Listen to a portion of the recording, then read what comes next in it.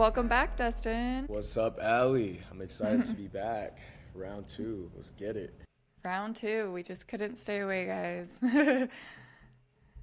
We got way too much to share to just hold it to one episode. So, yeah. Honestly. Yeah. No, Dustin, I am so tired of tired nurses. I'm tired of nurses feeling unhealthy. I'm tired of nurses feeling unheard. And I feel like me and you, we get it. You know, I was in it. You are working with nurses who obviously are struggling. They come to you because they're struggling either to lose weight or get their health on track. Can you share just some of the most common things that nurses come to you for? Yeah. I mean, the first is I do want to share a stat that I think is really important to share is that over 55% of nurses are overweight. And nurses are the very single people that are keeping people alive. Like whoever is sick and is in need, nurses are right there. And so the fact that stat right there, we're close to, I mean, now it's closer to 60% of nurses are overweight and they're running on fumes themselves. They're in survival mode. It's a huge wake up call that nurses are not in a good place. And I think that's the first thing that we should address is that, all right, there's a problem here, and this is bigger than just nurses maybe not taking care of themselves, but it's a whole system, the whole system that was set up for them failing in the first place. Now, I know you're big, you're big on that. And one thing that I really want to share and provide as much value from is what can nurses do for themselves? Like what is, because there's a lot of things that are in their control. There are a lot of things that are not in our control, but there are absolutely a lot of things in nurses' control that they can start doing to get them out of survival mode, protect their energy, start losing the weight, start building muscle, start building strength, so that way they can protect themselves in a role and in a career that honestly demands a lot out of them. So I would love to start there. Yeah, absolutely. So what's the first thing that you start with? What's like the base thing that you think nurses need the most? Yeah. Base needs. The first misconception that nurses need to know is that they are not overweight. Okay, I know when you go to the doctor, you step on the scale and then you're like, your BMI is way overweight. You need to lose weight, right? Every doctor is telling nurses and their patients that they need to lose weight and they need to start picking up their active movement, which is do more cardio, eat less. But that's not the real problem. The real problem for nurses is that they are under muscled.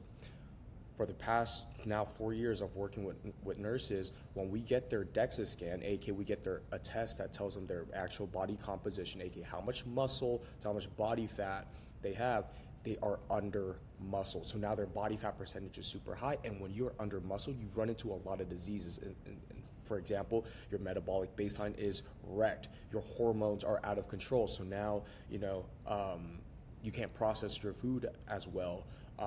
When you're under muscle, you don't have energy, so now you're over relying on caffeine, you're over relying on sugar and carbs just to get yourself through the day.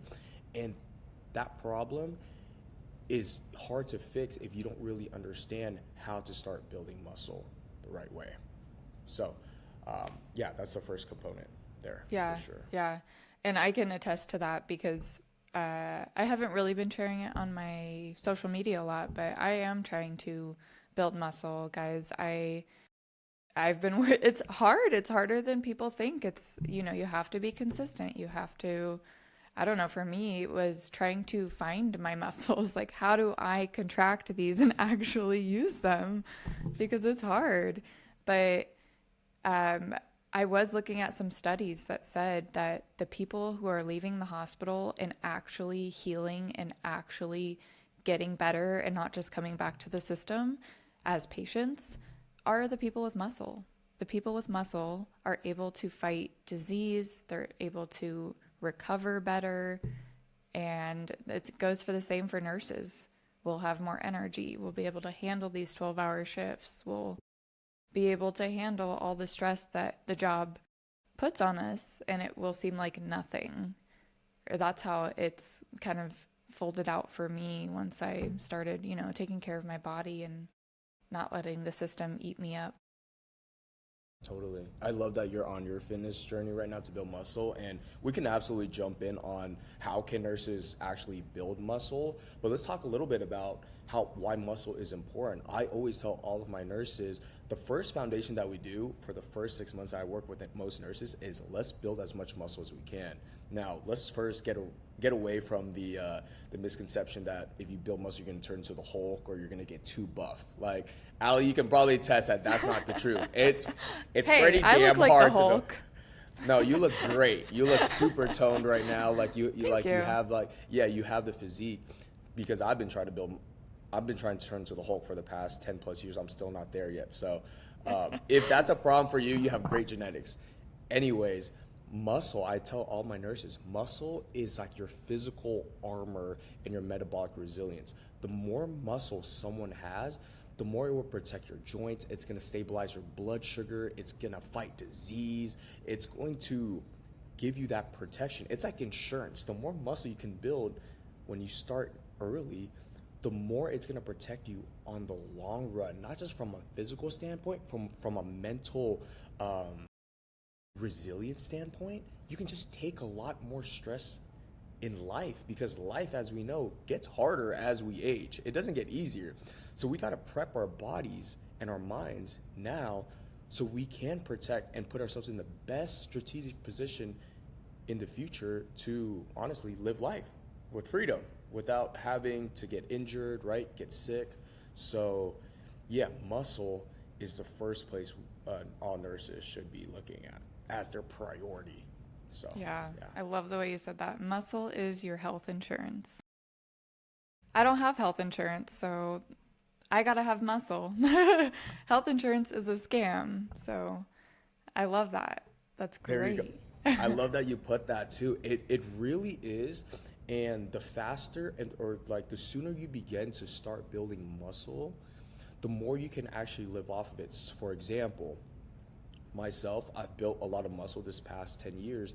It's giving me the insurance now to actually go out to dinner, and sometimes if I want a cocktail or I want to have my fries and I want to like eat the bread before my main meal comes out, I have the freedom to enjoy that because I have the metabolism. And I always share it to my nurses, remember the metabolism you guys had when you were in your early 20s, when you felt like you can eat everything and it's just burning, and then now for some reason you take a sniff of a freaking croissant and then you feel like you've like got bloated? They're like, yeah. And I'm like, it's because you've lost your metabolism in your early 20s, and what we need to do now is build that engine back up so you can have the enjoyment of that and not feel like you have to pick one or the other. But more importantly, to our point, is setting yourself up to have insurance down the road. So Love it.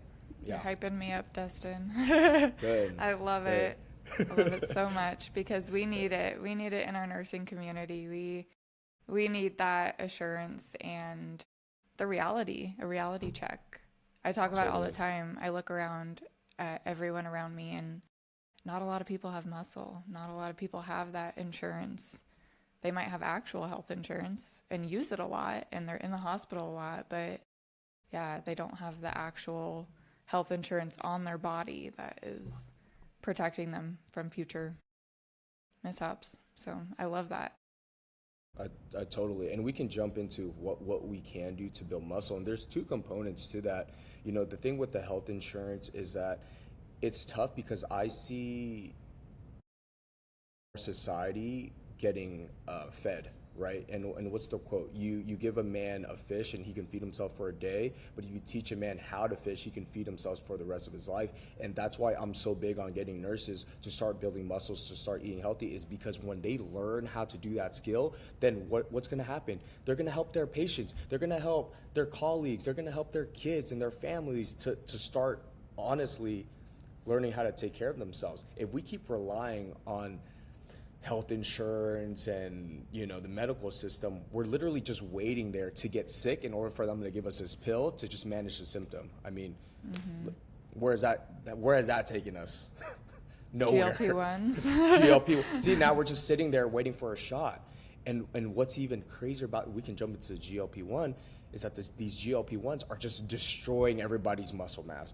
Aly, you don't understand. So many clients have come to me on a GLP-1. They're like, oh my God, Dustin, I've lost 20 pounds in the past 60 days. Great. I'm like, cool, let's go check your body composition. They're losing just as much muscle as they are losing body fat. So when you're looking at the body fat percentage change, they're the same body fat percentage, which means they're just a smaller, fatter version of themselves. So if anything, they got unhealthier, and now they're over reliance on a drug, because when you lose muscle, you slow down your metabolism as well. So now when you jump off the GLP-1, you dug yourself in a very tough hole, because you as you know, Aly, it's hard to build muscle. Like, you don't want to lose any more muscle. It takes a ton of work to build muscle. Yeah. So Yeah. that's another thing as well.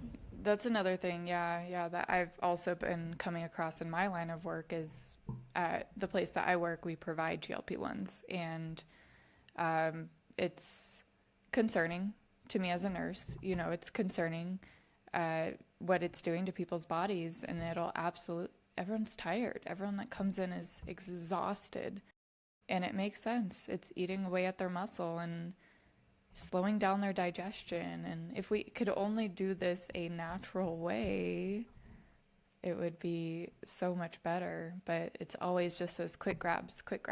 Oh, this is gonna, you're gonna lose 20 pounds in, 3 months. And everyone's like, woo! But nobody's thinking about the long picture of what it's doing internally to your body. Why are you losing that weight so fast?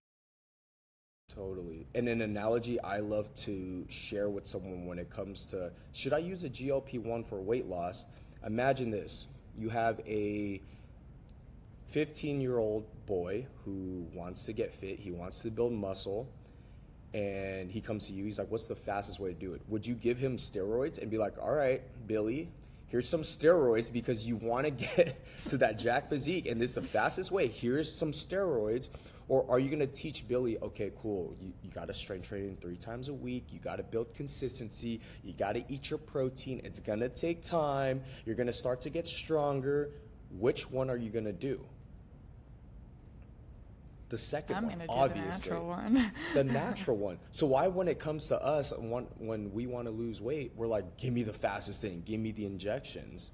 Now, to be fair, these drugs have their place. I love the science behind GLP-1s, peptides in general. There's a lot of great studies, but losing 20 to 40% of your weight from lean mass when you're already under muscle is a bad trade-off for a nurse who needs to be strong at 40, 50, coming into their 60s. It's just a bad trade-off. And if you don't learn how to build the foundations first, which is building muscle, your protein, your sleep, you're going to set yourself up for a bad situation here by just relying on a drug that's already, you're already under muscle. It just makes no sense. Yeah. Yeah, I agree. Yeah, GLP-1s have their place.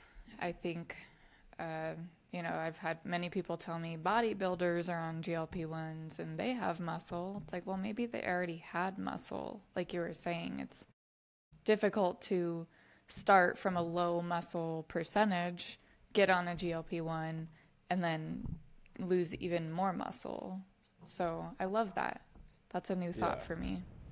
Absolutely. And yeah, the GLP-1s and stuff are great for someone who has done the work, has a lifestyle, and needs a little bit of an optimization. So I call them optimizers, right? They're going to give a little bit of a boost, but if you're coming in with just that, it's you're not gonna have a sustainable plan. At least it might get you started. It's good if it could get you started, but if you're gonna do a GLP-1, nurses, work with a professional, work with a real health coach that's gonna teach you how to properly incorporate it with your coaching program. So I actually have some clients who are using peptides, who are using some of the GLP-1s. But what's really important is that they have someone like myself who is ensuring that they're doing the foundational work and then incorporating it with a game plan, with a time when we're going to phase it off and what that looks like. So it's a powerful drug and should be used as so. So, Yes, yeah, that's my take on it. Yeah. I like that. What about sleep? Are your nurses coming to you tired? Sleep Yeah. schedule all off?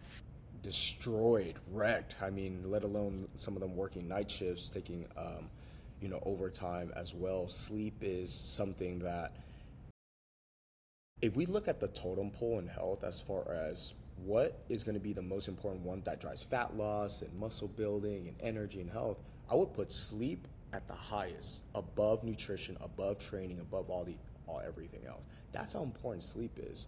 Now, when it comes to sleep with nurses, there's never going to be a situation where nurses get perfect 8 hours of sleep. Okay, so that's one thing that to keep in mind is that a lot of nurses are like, oh, I'm not going to care about sleep because I can't even get 8 hours of sleep. But that just because you can't get 8 hours of sleep, that doesn't mean you can't get at least 5 or 6 hours of protected sleep that you can try to optimize your REM sleep. There's a lot of strategies that we can do there, and we can jump into some ideas. But I'm curious, Ali, from your standpoint, how have you protected your sleep, or what is the typical nurse sleeping situation look like before Man, we jump in? mine before was a wreck, Dustin. No wonder I was so unhealthy and unable to get a hold on my health. My sleep was messed up. I worked night shifts, so 12 hours, and I was traveling. So when I was traveling, I wanted to be awake wherever I was. I wanted to explore, I wanted to still live my life. So I would work those 3 night shifts in a row, maybe 4. I would have a couple days off. I would transition back into like a day shift, and then I would just go right back in. So I would only sleep like maybe 6 hours that first day, and then I wouldn't sleep because my brain wouldn't transition, and then I would be really tired and I would sleep for like 16 hours and then go right back into night shift. And oh my gosh, I had no idea what it was doing to my body. I had no idea that I wasn't healing. I wasn't restoring any of my cells. That's when your cells are all restoring. That's when you're building the muscle. That's when your body is completely healing. And if you're not healing, you won't be healthy, in my opinion. So now I sleep really well. I'm in bed by 8 p.m. I'm awake at 5 or 6 when the sun comes up, and it's all natural. I don't use any sort of alarm. I don't have my phone near me. And what a difference to let your body just go to bed, do the healing, do the restoring, wake up, have the energy, wake up with the sun, go see the sun in the morning, get your circadian rhythm on point, and your body will work with you. When you're working against the normal rhythm that your body was made for, you will start having symptoms, and that very well may have played into why I was having seizures and why I was, neurologically struggling. But yeah, that was my sleep schedule. But sleep is so important, guys. Sleep is where everything happens. Whether you're building muscle, losing weight, trying to regulate your nervous system, sleep is where it all happens. Totally. I love that you're bringing that up. Would love to dive into that. And I mean, you just got back from Montana as well. I mean, talk about the environment switch up and how that plays into your nervous system and your sleep and seeing the sun and seeing Mm-hmm. that. Like, share with us how you felt the contrast now that we're talking about. I mean, you when you were working the 12s, and then now you also coming back from Montana, and now you're on your health kick. Like, how is that contrast difference in relation to Oh, sleep? oh my gosh. Um, the contrast is real. So, first of all, going to Montana, it's like going home in your body, like nature everywhere. You're just with nature, basically, which I think as a nurse, we are so far removed from nature. And I talk about this all the time on my profile. We're just removed from nature. We're in a building. If you're working in a hospital, you're under fluorescent lights for 12 hours a day. There's constant screaming, constant alarms, constant need, constant stimulation. Your nervous system is just being stimulated nonstop throughout your whole shift. Even if you have time to sit, you're always thinking about your patients. You're always thinking about what you could do next, what you need to chart. It's just nonstop. So your nervous system is in a hyperdrive, and you're under these fluorescent lights, and you're in a building, and you don't get breaks, and you don't get to eat lunch. And all this stuff building up is just removing us from humanity, from human nature, and going back to nature. And Montana, for example, waking up with the sun, going and seeing the sun, feeling the sunlight on your shoulders, on your chest. It warms you up. It stimulates your brain. It wakes you up naturally. You don't have to be jolted awake by an alarm and your heart pounding in bed and thinking about your next shift and the doomsday of going to work. It's a breath of fresh air, and I want to bring that to nurses, to anyone listening. Even if you're still in the system and you're like, I don't want to be here, it's a doomsday every day. You can make your life more geared with nature, and you can still work in that system if you want to, but coming back to nature and coming back to the way humans were meant to function with the sun and going to bed with the sun, it will change your life. It will completely change your mind, your body, your soul, everything.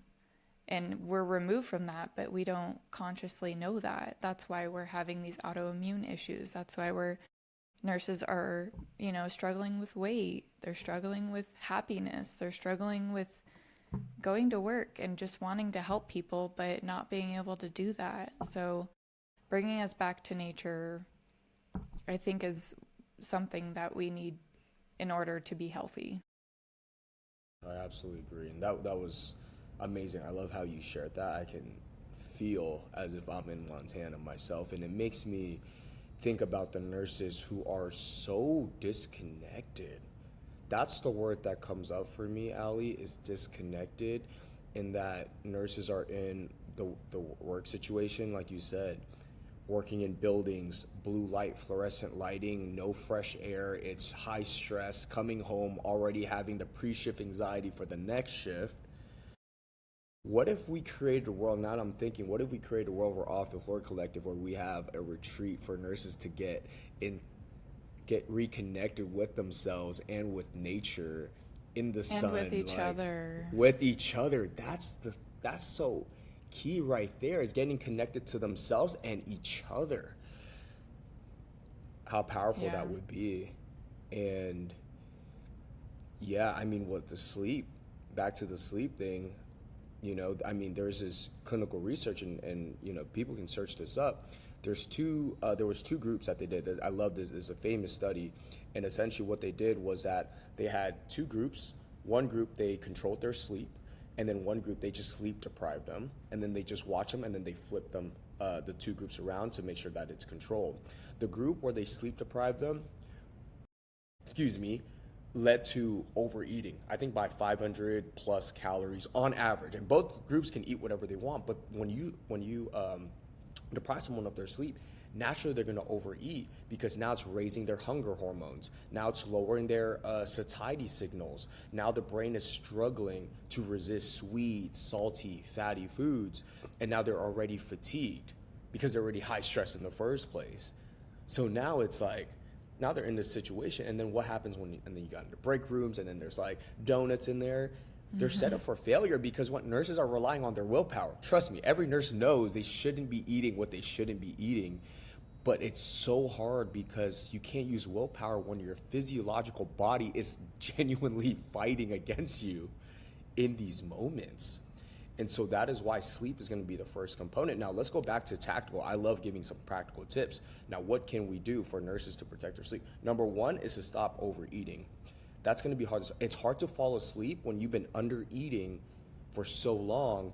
Your body's in fight or flight because it's literally starving. It's low energy, so it's not going to tell you to go to sleep. It's telling you, go hunt some food naturally. So the first part is to start eating some solid meals, 3 meals a day, ideally, hitting your protein, whole quality foods, hydration, throwing your electrolytes. Start doing that. I guarantee you, you start doing that for 2 weeks. Give yourself 14 days to start eating whole meals, start drinking, water with your electrolytes. It's gonna be hard, first of all, because if you've been under eating, it's gonna feel like you're stuffing yourself. I tell all my nurses, for the first 30 days, do not listen to your body because your body has been telling you the wrong signals. You gotta listen to me. It's gonna feel like you're full. But what happens after 30 days is that their appetite starts picking up. They're like, Dustin, wait, I'm actually starting to eat my meals and it's not becoming like as hard. Oh my God, Dustin, I'm actually not needing the second cup of coffee. Oh wow, Dustin, naturally I'm falling asleep a little better. So it starts to kind of trickle in, but you got to give yourself at least 14 days to nourish your body and to build the foundation. And then like, I love all the tactical stuff that you said too, which is, what did you say? Get your sunlight in, right? Like put the phone away. Oh my God, we can talk about doom scrolling because that gets to me all the time. But like having no screens in the bedroom, dark, right? Like doing some deep breathing or even reading. Oh my God, for me, reading, 10 minutes into reading, I'm knocked out. And doing some of those things and protecting sleep like you freaking mean it, like your life depends on it. That's another component there. You got to sleep like your life depends on it because it actually does. Yeah. That's it. Absolutely. Boom. That's it. That's it. all. From there, From there. Yeah. But yeah, I think that's a great point for us to bring up around sleep for sure. Yeah. Sleep, you guys, and also my nurses. I know we like energy drinks, coffee. I was also very guilty of this. I would drink 3 energy drinks a night, maybe one every 4 hours. Maybe even have a cup of coffee before I drove home in the morning because we're brewing it for day shift. And no wonder my nervous system was fried. So those energy drinks, there's a reason also the sugar in them. I'm sure I was addicted to the sugar, but there's a reason our body craves it is because we don't have that energy stored. We're just running on fumes. We're running on energy drinks and sugar and those fake, spikes of sugar and then drop and then spike your sugar and then drop. But I get the candy and the snacking. I was a night shift snacker. I opened the candy drawer, I would take a Snickers out, I would, sip my energy drink, eating a Snickers. But I think the sugar for nurses gives us relief of what we're dealing with, if that makes sense. We reach for that snack, we reach for the sugar, we reach for the energy drink because we want some sort of relief and feel good from everything surrounding us that doesn't feel good and doesn't feel right. And yeah, that was my opinion on why I snacked so much, because I did. I was a snacker on night shift. And I totally get it, Aly. I totally get that. For a lot of nurses, the only time they get an opportunity to take a breath and to have a moment to themselves is when they do have a snack, when they do get the Snickers, or when they do pop up over the Celsius. I get it. It's like addicted. You pop the can, it's like, whoo, and then you get your candy. Yeah, the first bite, it's like, ooh, so it feels good. It's so good. And it's like, let's just be honest. It's like, it's an addiction. It's like, that's the drug, like, right? And so I totally get that. That is a part of the culture. And it doesn't have to be a part of the culture. It can be something that is there, and I truly believe that it's not. I love a Celsius. I love caffeine. I mean, having my latte, I love it. Cheers. Cheers, by the way. I'm a caffeine junkie, okay? But it doesn't have to be something that literally takes over our entire life, and it can be incorporated with some balance if we do the foundational stuff to protect our health and our energy and to protect our mental side of it. So, yeah, but I get it. It's challenging, for sure. Yes. Us. Yeah. Especially when that's what's surrounding you, is the food and the junk and your coworker just went and got an energy drink. You want one from the gas station? We're going. So, it's just everywhere, and a lot of ordering food. I think we order a lot of food out, which is another thing that I think nurses would benefit from, is just doing a little meal prep. Even if it's, you have 5 minutes, just make some ground beef in a pan for your whole week, put seasoning on it, cut up some veggies, throw it in a bowl, done. 10 minutes. Right. There's so many strategies and different ways to be healthy, and I think a lot of nurses think, oh my God, I'm so busy, I can't do what the fitness influencers and everyone's doing on Instagram with the, like, you see the day in the lives, and then they're going to the gym, like, and I think a lot of nurses are struggling because they're like, I can't do that, so I might as well not do it at all. And that's not it right there. You gave one example where you can really meal prep, and which is why we're teaming up for Off the Floor Collective, and we can share a little bit more about what we're going to do, and what we're really excited for is to get nurses into a room with us and have conversations around health, nutrition, mindset, mental health, physical health, and all of that. And even though this isn't the norm, whoever this resonates with, if this really speaks to you, I'm calling you forward, because this is something that we can change. And I know it hasn't been like this for how many years, Aly, where this has been the norm? Too How many. many? Way too many years. Too many. And 60, 80, like too long. It's been a generation of nurses that have been like this, and it's up to us to really break this mold. It's to break this curse. It's to break the way the culture is. Just because it's always been like that, it doesn't mean it has to be like that. I mean, we think about MLK, we think about Gandhi, we think about, all of these amazing people who like changed it. Nurses, you can be that next person for your community. And Aly and I, we want to lead that, and we want to get nurses into a real room where we can start tackling this, Yeah. at the core. This is what I wish I had as a nurse, because I didn't know I was struggling. If I would have saw this online, I would have freaked out, because for me, I was a new grad. I was also an ER tech. I knew the system. I knew it was, squeezing every ounce out of people. I saw it in my coworkers before I was even a nurse. I was like, these people are so unhappy. Like, what do we do? It's such a helpless feeling. And to be able to start this and bring nurses together to actually feel what we're supposed to feel, and to actually be able to care for others and have the energy to care for others and have the energy to fight back against the system. The system is not working properly. We can't keep going forward like this, but we need to be healthy ourselves. Nurses listening, patients listening, anyone listening. You have to be healthy before you can create any change that you want to see. Love it. That was good. That was fun. Yeah. Wow. I absolutely agree. Yeah, so should we share a little bit more about what we have going on in October? I think we should. Yeah, I'm excited. Yeah. So You start, Dustin. Yeah, so what we're going to do is we're going to have a room, and we're deciding where to cap it off at, guys, but it's going to be, our vision is to have 50 to 100 nurses in a room, and we're going to just tackle in what it's like to reclaim your health, reclaim your energy, how to be not only a fit nurse, but how to take care of yourself so you can be out there and impact the world, your family, your patients, your colleagues, and really lead that from the core, raw, no bullshit.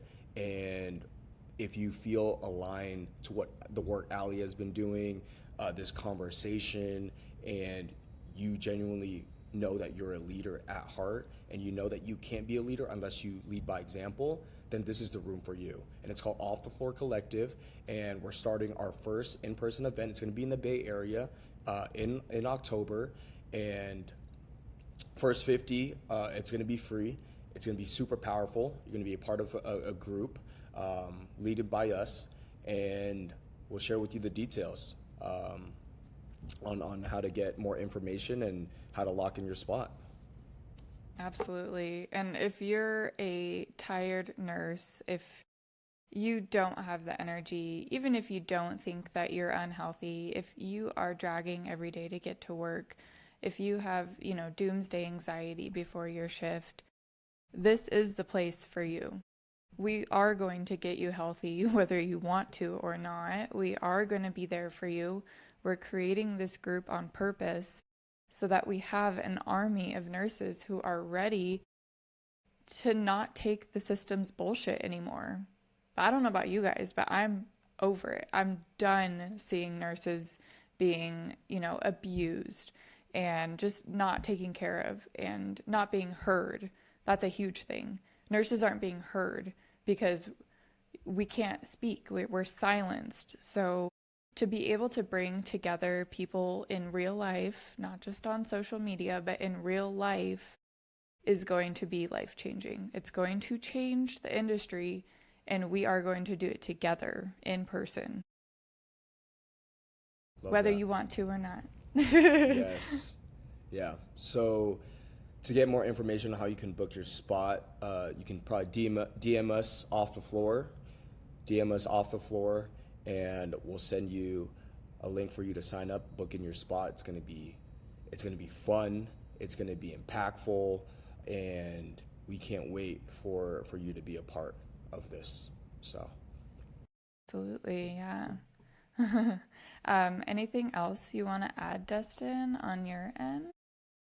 I think we're good. I think we've touched upon some couple subjects. I think moving forward we can probably get more nitty gritty and kind of do a couple more episodes.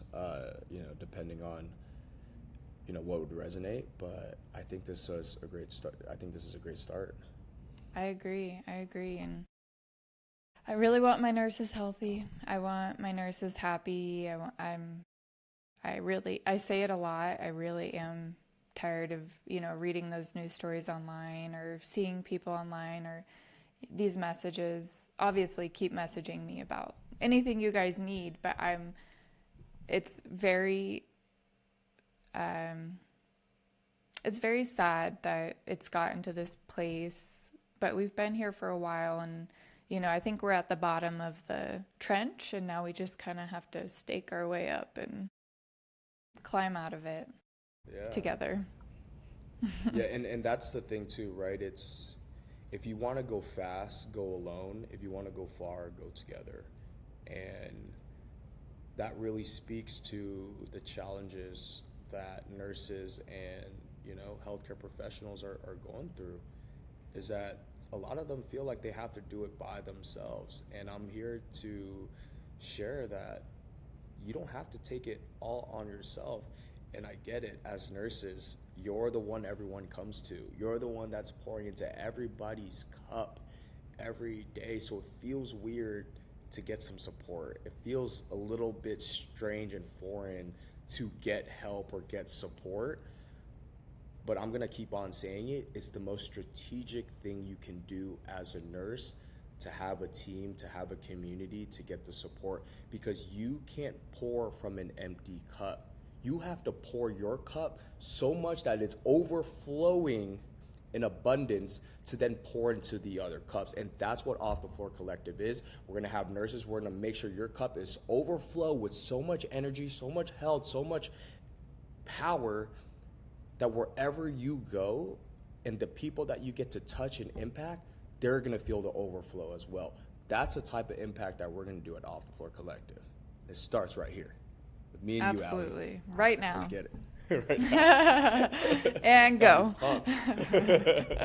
So yeah, I think we can probably much wrap it up like that. Like I said, we have 50 spots first.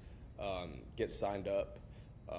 So we can start. You guys can start planning, and it's going to be impactful. I'm really excited for this. Absolutely. And yeah, make sure to DM us, guys. Find us on Instagram. I'll put everything in the description. Whatever you guys need, let us know. And we'll see you guys soon. Let's go. Yeah, thanks for watching.